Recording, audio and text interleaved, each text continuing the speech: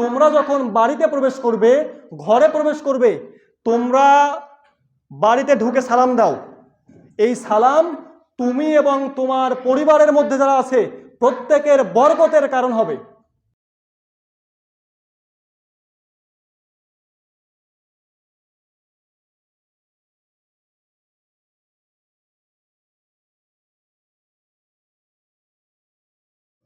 আজকে জুমার আলোচ্য বিষয় আদর্শ পরিবার গঠন করব কিভাবে এবং করব কেন। এই শিরোনামে আমি আপনাদের সম্মুখে কোরআন এবং হাদিস থেকে কিছু আলোচনা করার চেষ্টা করব ইনশাআল্লাহ। আল্লাহ তাআলা আদম আলাইহিস সালাম এবং হাওয়া আলাইহিস সালামের মাধ্যমে প্রথম পরিবার গঠিত হয়েছে, আর আমরা প্রত্যেকেই তার কি সন্তান। এজন্যই আজকের আলোচনা হচ্ছে আদর্শ পরিবার গঠন কেন করব এবং কিভাবে করব। আদর্শ পরিবার গঠন করলে কি হবে? যদি আমাদের পরিবারগুলো আদর্শ হয় তাহলে একটা সমাজ আদর্শবান হয়ে যাবে। কারণ ধরেন 10টা পরিবার আছে, এখন 10টা পরিবারের যদি 10টার মধ্যে 9টা হয়ে যায় তাহলে সমাজটা আদর্শিকতা এসে যাবে। এরপর এরকম করে যদি সমাজে প্রত্যেকটা সমাজ আদর্শিকতা বোঝে তাহলে দেখা যাবে যে দেশ কয়েক বছরের মধ্যেই কি হয়ে যাবে? ইসলামিক হয়ে যাবে। আমরা মনে করি যে আসলেই আমাদের দেশ 91% মুসলিমের দেশ হলেও আসলেই এখানে কিন্তু ইসলামের 5% নেই, যা আমরা অনেক আলোচনার মধ্যেই জানি এবং শুনি। তাই আজকে আমরা আমাদের পরিবারগুলো কিন্তু আদর্শ নয়, তার কয়েকটা আমি পয়েন্ট বলবো, আপনারা বুঝতে পারবেন। আমাদের পরিবারে আজকে দেখবেন সন্তানরা তার পিতাকে সালাম দেয় না, দেয় এরকম অনেক পরিবার আছে না? তারপরে বড়দেরকে সমাজে শ্রদ্ধা করে না, কেউ না কেউ পরিবারে তো সন্তান। আবার বড় বড় লোকদের সামনে কি খাচ্ছে? সিগারেট খাচ্ছে। তারপরে অশ্লীলতা বেহায়াপনা করছে, ফোনের মধ্যে পাবজি ফ্রি ফায়ার খেলছে না? তাহলে এই ব্যক্তিগুলো, এই যুবকগুলো আসলে কিন্তু আদর্শিকতার মানদণ্ডে নেই। এজন্যই আমাদের পরিবার বলতে ব্যক্তিকে বোঝায়। পরিবার মানে কয়েকটা ব্যক্তির সমন্বয়, কয়েকটা ব্যক্তির সমন্বয়। সে 4 জনও হতে পারে, বেশিও হতে পারে। তো এই জন্য ব্যক্তির পরিবর্তনের জন্য আদর্শ পরিবার, এর জন্য ব্যক্তির আগে সংশোধন প্রয়োজন। তো কেমন করে আমরা করব? এজন্য আদর্শ পরিবার গঠনের 1 নাম্বার কর্মসূচি হচ্ছে তাসকিয়া এবং তারবিয়া করা। তো এটা করবো কেমনে? তাসকিয়া আপনি কেন করবেন? আপনাদের অনেকের সন্তান অথবা স্ত্রী, আমরা পুরুষ মানুষ যারা, অনেকের সন্তান এবং স্ত্রী আছে না নাই? তো এই সন্তান এবং স্ত্রীরা অনেক সময় কি হয়? ভালো হয় না। আপনি বলছেন একভাবে, যাচ্ছে আর একভাবে। আপনি সন্তানকে বলছেন ভালো করে পড়াশোনা করো, সে করছে না, তো আপনি এখন কি করবেন? অনেকের স্ত্রী ভালো নয়, তিনি কি করবেন? তিনি যদি, এজন্যই মুহাম্মদ সাল্লাল্লাহু আলাইহি ওয়াসাল্লাম বলেছেন, সহিহ মুসলিমের একটা হাদিস, যে নারীদেরকে পাঁজরের হাড় থেকে সৃষ্টি করা হয়েছে। মানে পাঁজরের যে হাড়গুলো আছে সব থেকে বাঁকা হাড় যেটা, এটা থেকে সৃষ্টি করা হয়েছে। তুমি যদি তাদেরকে কি করো? তুমি যদি তাদেরকে নসিহা না করো তাহলে ওটা বাঁকায় থেকে যাবে। আর যদি বেশি কিছু করতে চাও তাহলে সেটা ভেঙে যাবে। আরেক হাদিসে মুহাম্মদ সাল্লাল্লাহু আলাইহি ওয়াসাল্লাম বলছেন যে বানি ইসরাইল যদি না হতো, বুখারীর হাদিস, বানি ইসরাইল যদি না হতো তাহলে গোশত দুর্গন্ধময় হতো না, আর নারীরা না হলে কেউ তার স্বামীর খেয়ানত করতো না। তাহলে এই হাদিসে বোঝা যাচ্ছে তাহলে অবাধ্যতা সমাজে রয়েছে। তো তাদেরকে এই হাদিসগুলো বলা হচ্ছে যে তোমরা নারীদেরকে কি করো? নসিহা করো, উত্তম উপদেশ দাও। আর যদি বেশি কিছু করতে চাও তাহলে ওটা বাকিয়ে যাবে। আর যদি কি করো ওরকমই রেখে দাও তাহলে ওটা বাঁকাই থাকবে। এজন্য আমাদের কি করতে হবে? তাসকিয়া এবং তারবিয়া। তাসকিয়া কি? পরিশুদ্ধিতা। তারবিয়াত মানে প্রশিক্ষণ, পরিচর্যা। এখন আপনি কি করে করবেন? আপনাদের এই এলাকার মানুষ আমরা জমি চাষ করি না? আপনারা জমি চাষ করেন না? আপনারা ভালো করেই জানেন যে একটা জমিতে যখন আগাছা হয় তখন কিভাবে ওই জমিটা পরিষ্কার করতে হয় এবং কোন কোন সময়ে সার দিতে হবে, কি কি সার দিতে হবে, এগুলো জানেন তো? সেরকম আপনার স্ত্রীকে আপনি নসিহা করবেন। কোন সময় করবেন এগুলো আলোচনার মধ্যে আসবে। আর সন্তানকে আপনি ছোটবেলায় কি করবেন, তাসকিয়াটা কি হবে, এর পরবর্তী আলোচনায় আমার আসবে। এজন্য তাসকিয়া মানে কি বললাম? পরিশুদ্ধিতা। আর তারবিয়াত মানে হলো পরিচর্যা বা প্রশিক্ষণ। আপনি একটা আবাদ যেরকমভাবে করেন সেরকম আপনার স্ত্রী এবং সন্তানকে ওভাবেই পরিচর্যা করতে হবে। এরপর 2, একটা আদর্শ পরিবার গঠন করতে হলে ছেলের জন্য উত্তম নারী নির্বাচন করা।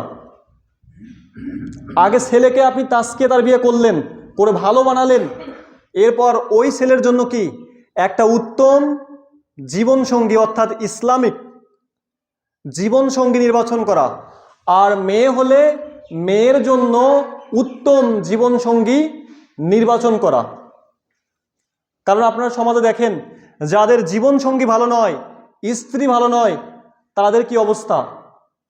এজন্যই ইসলামের আলোয় আলোকিত একটা ইসলামী পরিবার গঠন করতে হলে ছেলের জন্য উত্তম দিনদার মেয়ে বেছে নেওয়া, আর মেয়ে হলে মেয়ের জন্য উত্তম জামাই বেছে নেওয়া। এটা হলো আপনার জন্য দায়িত্ব। এজন্যই আল্লাহর নবী মুহাম্মদ সাল্লাল্লাহু আলাইহি ওয়াসাল্লাম বলছেন, বুখারী 5090, সহিহ মুসলিম 1466, এরপরে হচ্ছে নাসাই 3230, আবু দাউদ 2047, আর নবী হুরায়রা রাদিয়াল্লাহু তাআলা আনহু আনান নবী সাল্লাল্লাহু আলাইহি ওয়াসাল্লাম, আল্লাহর নবী আবু হুরায়রা হাদিসটি বর্ণনা করেছেন। তিনি বলছেন আল্লাহর নবী রাসূল সাল্লাল্লাহু আলাইহি ওয়াসাল্লাম বলেছেন যে 4টা গুণ দেখে নারীদেরকে বিয়ে করা হয়। কয়টা গুণ? 4টা গুণ দেখে নারীদেরকে বিয়ে করা হয়। তুনকাহু মারআতুল আরবা, 4টা গুণ দেখে নারীদেরকে বিয়ে করা হয়। 1 নাম্বার হলো লিমালিহা, তার ধন সম্পদ। 2 নাম্বার হচ্ছে অলি হাসবিহা, তার বংশমর্যাদা। 3 নাম্বার হচ্ছে অলি জামালিহা, তার রূপ সৌন্দর্য। আর 4 নাম্বার হচ্ছে অলি দিনিহা, তার দিন ধর্ম দেখে একটা নারীকে বিয়ে করা হয়। এর পরের অংশে বলছেন ফাসপার বিজাতি দিনি তারিবাতিয়াদা, তোমরা দিনদারিকেই প্রাধান্য দাও, না হলে দুনিয়া এবং আখিরাতে ক্ষতিগ্রস্ত হবে। তাহলে কি বললাম? শর্টকাট, আপনার ছেলের জন্য কি করতে হবে? উত্তম জীবনসঙ্গী নির্বাচন করা হবে। কিন্তু মুহাম্মদ সাল্লাল্লাহু আলাইহি ওয়াসাল্লাম বলেন কয়টা? 4টা। আসলে মুহাম্মদ সাল্লাল্লাহু আলাইহি ওয়াসাল্লাম কি বললেন যে 4টা দেখেই করো? না, বললেন যে ফাসপার বিজাতিদ দিনি তারিবাতিয়াদা, তোমরা শেষ 4 নাম্বার কোয়ালিটিকে প্রাধান্য দাও, না হলে দুনিয়া এবং আখিরাতে ক্ষতিগ্রস্ত হবে। আর একটা হাদিসে মুহাম্মদ সাল্লাল্লাহু আলাইহি ওয়াসাল্লাম বলছেন, সহিহ মুসলিম 3535 নম্বর হাদিস, যে তোমরা দিনদারিকেই প্রাধান্য দাও, তা না হলে কি হবে? ক্ষতিগ্রস্ত হবে। আর একটা হাদিসের মধ্যে বলছেন দুনিয়াতে 3টা সম্পদ হলো দামি সম্পদ। কয়টা সম্পদ? পৃথিবীতে যত সম্পদ আছে সকল সম্পদের মধ্যে 3টা হচ্ছে দামি সম্পদ। 1 নম্বর হচ্ছে লিসানুন জাকির, আল্লাহর জিকির আদায়কারী জিহ্বা। 2 নম্বর হচ্ছে ওয়া কলবুন শাকির, আল্লাহর শুকরিয়া আদায়কারী কলব। আর 3 নম্বর হচ্ছে আল মারাআতুস সলেহা, যে তার স্বামীকে ইসলামের পথে চলতে সহযোগিতা করে, মানে দিনদার পরহেজগার নারী, এই তিনটা হচ্ছে পৃথিবীতে সব থেকে দামি সম্পদ। তাহলে আপনার সন্তানটা কি হতে পারে? দামি হতে পারে কখন? যখন তার জিহবা অর্থাৎ মুখ দিয়ে যখন আল্লাহর কি করবে? জিকির করবে। অকলবুন শাকির, এই কলব দিয়ে, অন্তর দিয়ে আল্লাহর শুকরিয়া আদায় করবে। আপনার ছেলে এবং মেয়ে দুটাই হতে পারে। আর 3 নম্বর হচ্ছে দিনদার স্ত্রী বা দিনদার মেয়ে। এই তিনটা পৃথিবীতে সব থেকে দামি সম্পদ। কেন? আর একটা হাদিসে বলছেন, সহিহ ইবনে হিব্বান 4032 নম্বর হাদিস, আল্লাহ নবী বলছেন, সাদ বিন আবি ওয়াক্কাস রাদিয়াল্লাহু তাআলা আনহু হতে বর্ণিত, তিনি বলছেন রাসূল সাল্লাল্লাহু আলাইহি ওয়াসাল্লাম বলেছেন যে 4টা জিনিস মানুষের জীবনের সৌভাগ্য বয়ে নিয়ে আসে। কয়টা জিনিস বলুন তো? 4টা জিনিস। 1 নম্বর হচ্ছে আল মারআতুস সলেহা। 1 নম্বরই হচ্ছে কি? আল মারআতুস সলেহা। 2 নম্বর হচ্ছে ওয়াল মাসকানুল ওয়াসে, মানে নেককার দিনদার স্ত্রী। আল মারআতুস সলেহা মানে কি? একটা নেককার দিনদার স্ত্রী। ওয়াল মাসকানুল ওয়াসে, একটা প্রশস্ত বাড়ি, শান্তিময় বাড়ি। ওয়াল জারুস সলে, উত্তম প্রতিবেশী, যে আপনাকে ফজরের সময় ডেকে দিবে, এরকম কি আমরা উত্তম? ওয়াল মারকাবুল হানি, একটা বাহন যেটার মাধ্যমে আপনি ভালোভাবে চলাচল করতে পারেন, যেটা চলে, মোটরসাইকেল হতে পারে।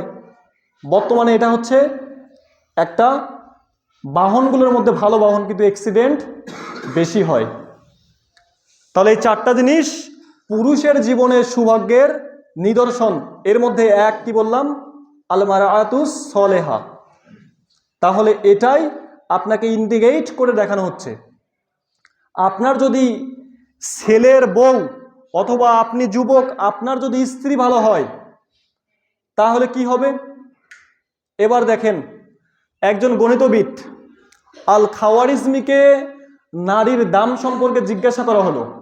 তিনি কিন্তু একজন ইসলামিক গণিতবিদ, মানে মুসলমান গণিতবিদ। তাকে বলা হলো আপনি নারী সম্পর্কে বলেন।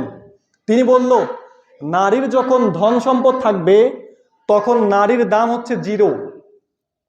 নারীর যখন অনেক সৌন্দর্য থাকবে তখনও 0। যখন তার বংশ মর্যাদা থাকবে তখনও তার দাম 0। এরকম করে অনেক জিজ্ঞাসা করা হয়েছে, তিনি 0ই বলেছেন। আর যখন তার দিনদারিতে থাকবে তখন তার দাম হলো 1। তার মানে আপনাকে বুঝাই যে আপনি যদি 1-এর আগে 0 বসান, তার দাম আছে নাকি? আর 1-এর পর, দিনদারির পর যদি আপনি 0 বসান, যত বসাবেন দাম বেড়ে যাবে। এজন্যই উত্তম নারীর এটা গুণ। এখন এই নারী যদি আপনার সংসারে আসে তাহলে কি হবে? এবার দেখেন বর্তমান বিজ্ঞান কি বলছে। হিউম্যান এমব্রায়োলজিস্ট যারা ভ্রূণতত্ত্ব নিয়ে গবেষণা করে, তারা বলছে a child gets hearing before 16 weeks of part. একটা সন্তান যখন দুনিয়াতে আসে, জন্মের 16 সপ্তাহ আগে। এখন 16 সপ্তাহ কয় মাস হয়? প্রায় 4 মাস। একটা সন্তান জন্মের 4 মাস আগে সে শুনতে পায়। কারণ এখানে আপনাদের ইমাম সাহেব আছেন, তিনি জানেন যে কোরআনে আল্লাহ তাআলা সামা ওয়াল বাসার, আল্লাহ তাআলা যতগুলো শব্দ দিয়েছেন, আচ্ছা এর আগে কোন শব্দ দিয়েছেন? সামনা বাসার। কোন শব্দ দিয়েছেন? সাম মানে শোনা, শ্রবণ শক্তি, আর বাসাল মানে হচ্ছে দৃষ্টি শক্তি। তাহলে এইটা আপনারা কোরআনের যতগুলো আয়াতে আছে এই শব্দগুলা, তার আগে কিন্তু আল্লাহ তাআলা শ্রবণ শক্তির কথা বলেছেন। তাই একটা সন্তান জন্মগ্রহণ করবে, তার জন্মের 4 মাস আগে বা প্রায় 4 মাস আগে তার মায়ের পেটে শুনতে পায়। এখন আপনার মেয়ে যদি ভালো হয়, বা আপনি আপনার মেয়েকে বিয়ে দিয়েছেন, বা আপনার ছেলের জন্য আপনি উত্তম পাত্রী নির্বাচন করেছেন, সেই মেয়েটা যদি দিনদার হয় তাহলে কি হবে? ওই মেয়ে কি করবে? সন্তান পেটে নিয়ে কোরআন তেলাওয়াত করবে, জিকির আজগার করবে, তাসবিহ তাহালিল করবে, করবে না? আর যখন এগুলো তেলাওয়াত করবে, জিকির আজগার করবে, তখন তার পেটের সন্তানটা, বিজ্ঞানও একমত, কোরআনও একমত, তার পেটের যে বাচ্চা এটা দুনিয়া থেকেই শুনতেছে। আর আপনার ছেলের বউ যদি বা আপনার স্ত্রী যদি দিনদার পরহেজগার না হয়, তার মধ্যে যদি 5 ওয়াক্তের নামাজ না থাকে, তার মধ্যে যদি পর্দা মেইনটেইন করার অভ্যাস না থাকে, তার মধ্যে যদি জিকির আজগারের অভ্যাস না থাকে, সে যদি সিনেমা দেখে, নাটক দেখে, গান বাজনা শোনে, তারপরে অশ্লীল কথাবার্তা বলে, তাহলে বলুন তো ওই সন্তানের পেট থেকে কি শুনবে? ওগুলোই শুনবে। তারা দুনিয়াতে এসে মানুষের জন্য, সমাজের জন্য বোঝা হয়ে যাবে। কথা বোঝেন নাই? এজন্য দিনদার পরহেজগার নারী হচ্ছে একটা দামি সম্পদ।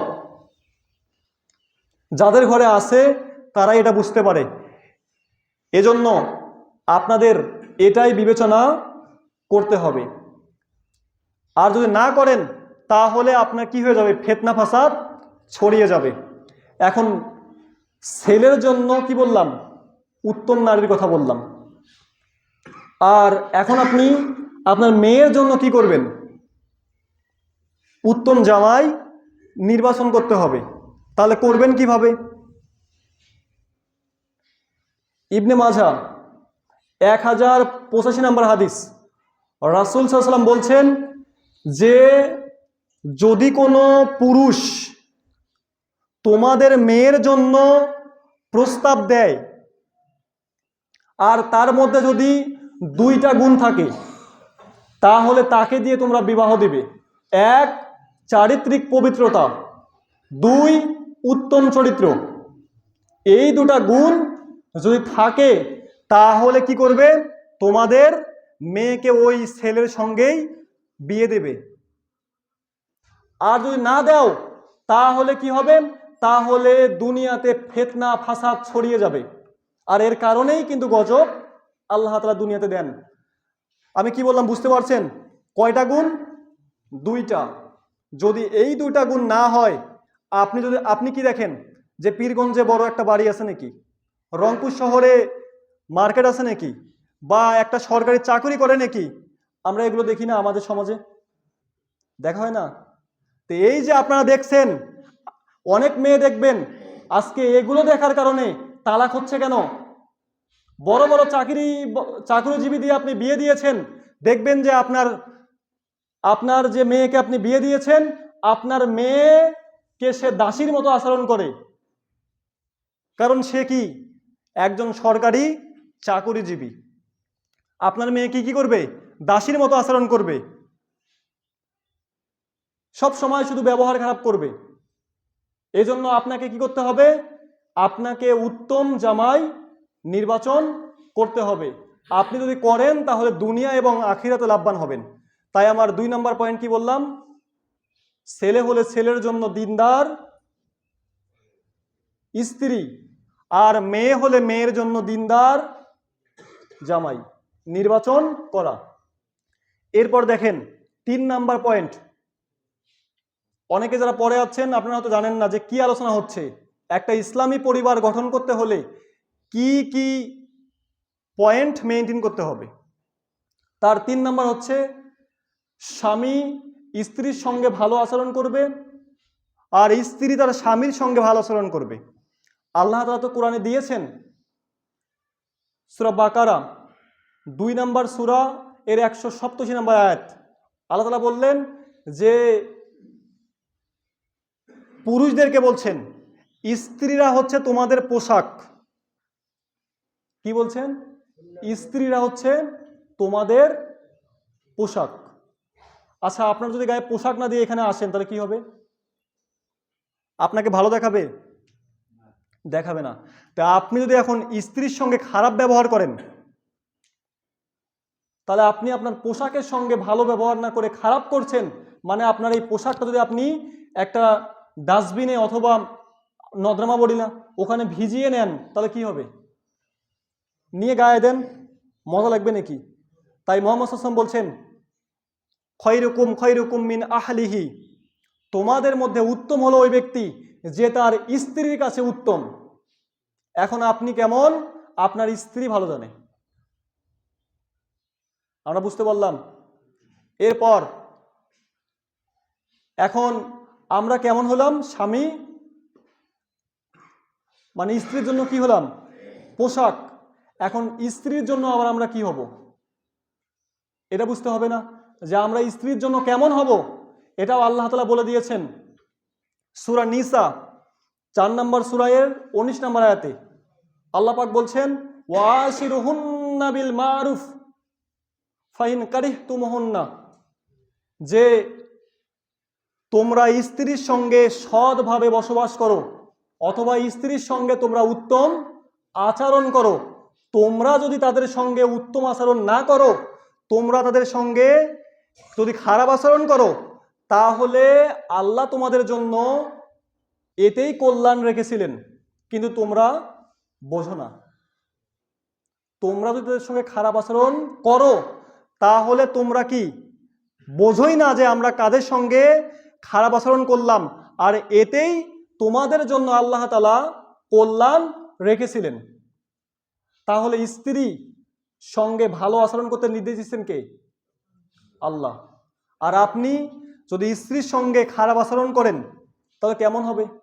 আমরা তো মুহাম্মদ সাল্লাল্লাহু আলাইহি ওয়াসাল্লামের, সকলে বলেন সাল্লাল্লাহু আলাইহি সাল্লাম,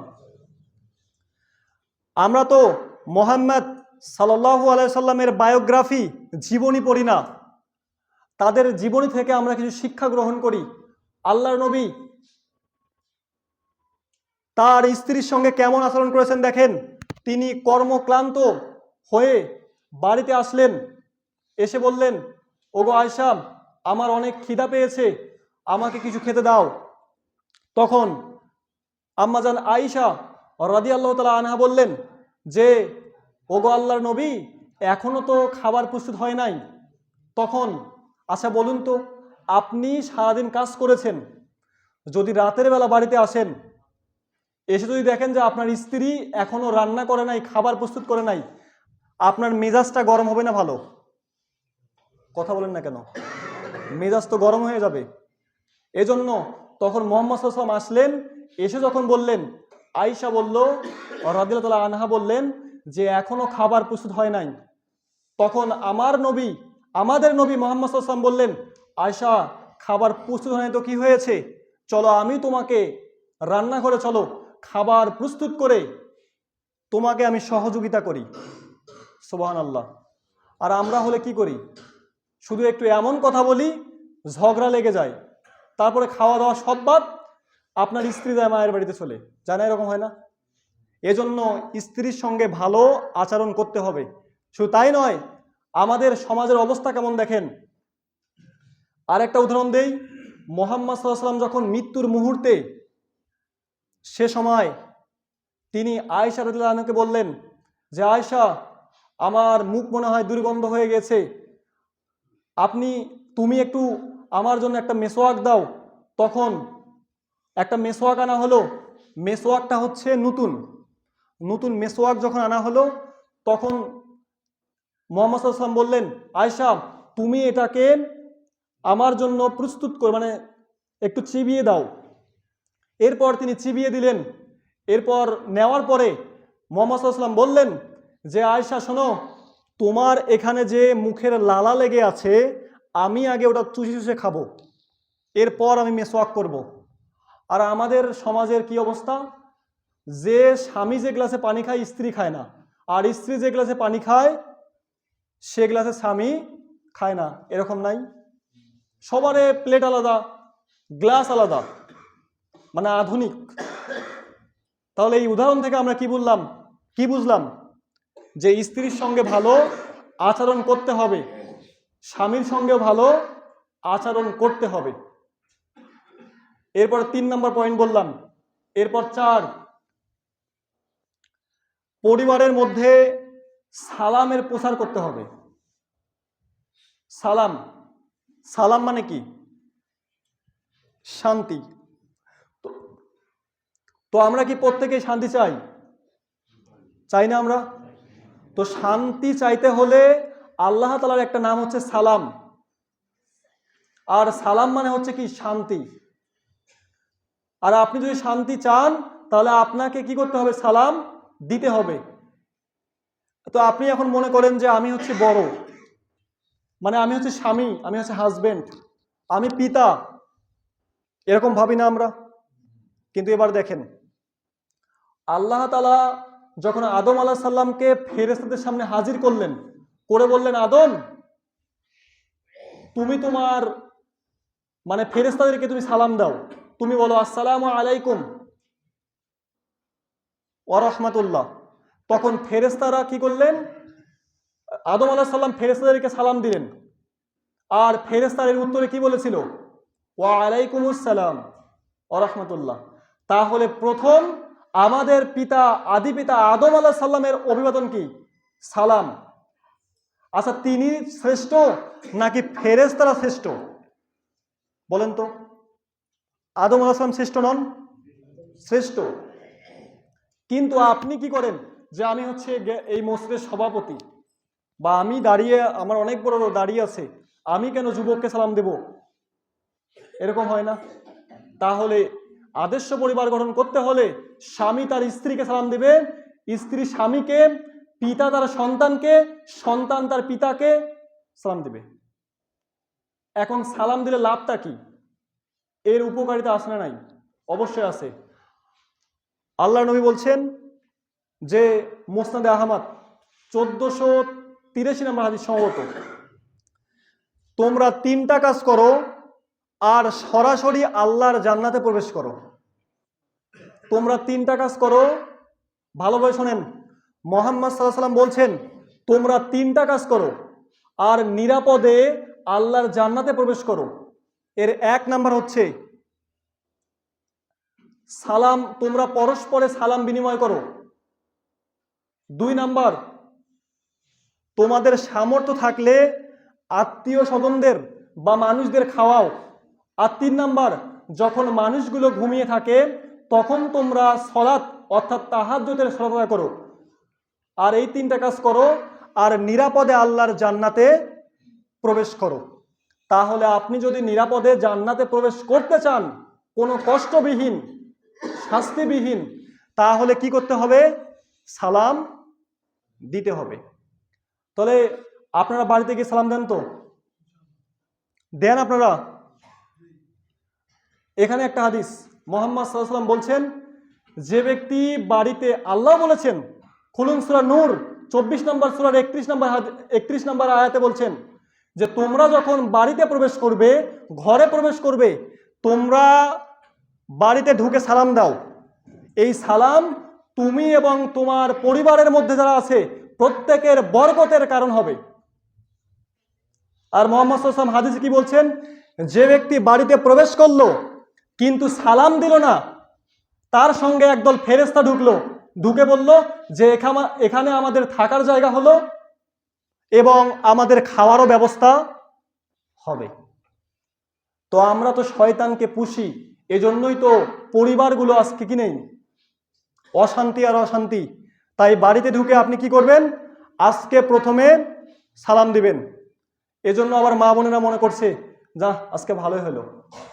শুধু তাই নয়, আপনি স্ত্রী, আপনাকে সালাম দিতে হবে। আচ্ছা বলুন তো, সালাম দেওয়াটা কি? সুন্নাত। সালাম দেওয়া সুন্নাত। আপনি সালাম কাকে দিবেন? আপনি যার কাছ থেকে সালাম হচ্ছে একটা দোয়া, আপনি কি বললেন? আসসালামু আলাইকুম ওয়া রাহমাতুল্লাহি ওয়া বারাকাতুহু। আপনারা প্রত্যেকে উত্তর দেন। আচ্ছা বলুন তো, এই সালামের মধ্যে বরকত আছে না? শান্তি আছে না? তো আপনার সন্তান যদি আপনার শান্তি না চায় তাহলে কেমন হয়? এখন আপনি যদি আপনার সন্তানকে এটা বলেন, তাহলে এটা হচ্ছে দোয়া কি আর প্রতিদিন ভালো আছে নাকি? এটা হচ্ছে একটা উত্তম দোয়া। আপনি বললেন আসসালামু আলাইকুম, আপনার সন্তানকে বললেন যে বাবা তোমার উপরে শান্তি বর্ষিত হোক ওয়া রাহমাতুল্লাহি ওয়া বারাকাতুহু, এবং তোমার উপর রহমত বর্ষিত হোক। তাহলে আপনি আপনার সন্তানের জন্য দোয়া করলেন। আপনি দোয়া এভাবে করতে পারি না আমরা? এবং আপনার সন্তান যদি আপনাকে সালাম না দেয়, তাহলে আপনি, আপনার সন্তান কিন্তু আপনাকে ভালো বাসে না আপনাকে। এখন সালাম দিবেন কাকে?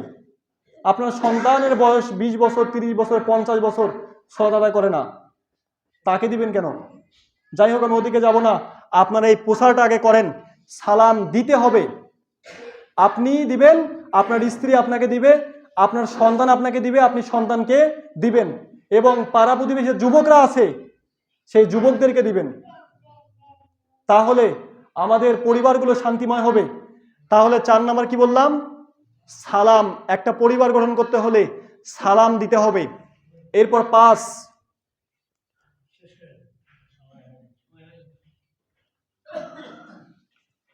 নাম্বার হচ্ছে সলাত। একটা পরিবারে 5 ওয়াক্ত সলাতের আদায় করার ব্যবস্থা থাকতে হবে। কয় ওয়াক্ত সলাত? 5 ওয়াক্ত। আচ্ছা, আমরা কি প্রত্যেকেই পড়ি নাকি? আমরা কিন্তু প্রত্যেকেই 5 ওয়াক্ত সলাত আদায় করি না।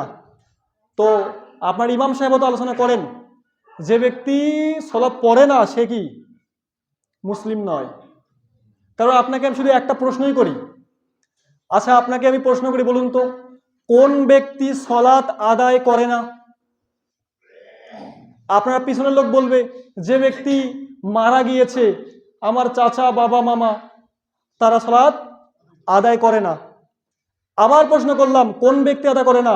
আপনি হয়তো মাঝখান থেকে বলবেন যে আমার বাড়িতে ছোট সন্তান রয়েছে, 1 বছর, 1.5 বছর, 6 মাস, তারা সালাত আদায় করে না। কটা হলো? 2টা। আবার জিজ্ঞাসা করলাম, কোন ব্যক্তি আদায় করে না? প্রথম দিকের লোক বলবে যে আমাদের পার্শ্ববর্তী এলাকায় হিন্দু রয়েছে, যারা রয়েছে ওরা আদা করে না।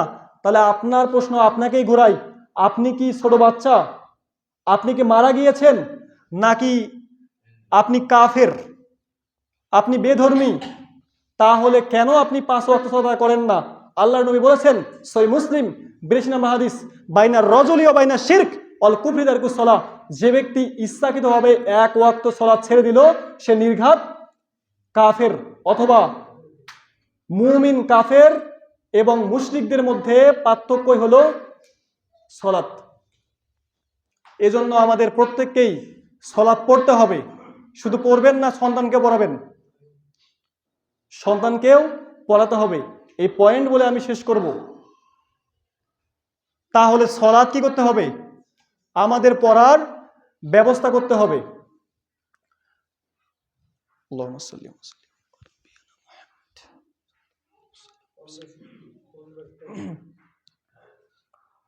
আলহামদুলিল্লাহিল্লাযী ওয়াহদা ওয়াসসালাতু ওয়াসসালামু আলা মান লা নাবিয়্যা বাদাহ ওয়া আলা আলিহি ওয়া সাহবিহি আজমাইন। আউযু বিল্লাহি মিনাশ শাইতানির রাজীম। বিসমিল্লাহির রহমানির রহিম। তাহলে সালাত শুধু আপনি পড়বেন না, আপনাদের সন্তানদেরকেও পড়াবেন। আল্লাহর নবী বলছেন, মিশকাত এবং আবু দাউদ 572 নম্বর হাদিস, মুরু আওলাদাকুম বিস সালাত ওয়া হুম আবনাহু সাবঈ সিনিন।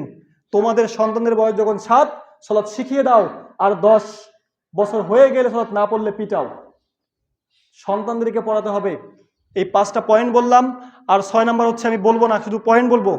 আপনি কোরআন শিখবেন, আপনার সন্তানকে শেখাবেন। যদিও বা এখানে আগে থেকে সময় ইন্ডিকেট করে দেওয়া হয়েছে, যদিও বা অন্য জায়গায় গেলে 10, 15, 20 মিনিট বেশি করি। হোক আল্লাহ তাআলা আমাদের এই 6টা পয়েন্ট আদর্শ পরিবার গঠন করার তৌফিক দান করুক। সকলে বলেন আমিন। 6টা পয়েন্ট হচ্ছে, 1 কি বললাম? তাসকিয়া এবং তারবিয়া করা। 2 নাম্বার হচ্ছে ছেলের জন্য উত্তম দিনদার নারী নির্বাচন করা, আর মেয়ের জন্য উত্তম পুরুষ নির্বাচন করা। আর 3 নাম্বার কি বললাম? স্বামী স্ত্রীর সঙ্গে ভালো আচরণ করবে, স্ত্রী স্বামীর সাথে ভালো আচরণ করবে। এরপর 4 নাম্বার, সালামের পরিবারের প্রসার করতে হবে, বেশি বেশি সালাম দিতে হবে সবাইকে। এরপর 5, সালাত 5 ওয়াক্তই পড়তে হবে, কোনো গাফিলতি করা যাবে না। 6, কোরআন প্রত্যেকটা দিন আপনি কমপক্ষে 10টা আয়াত হলে পড়বেন, না পারলে এখনই শেখেন, আজকেই শেখেন।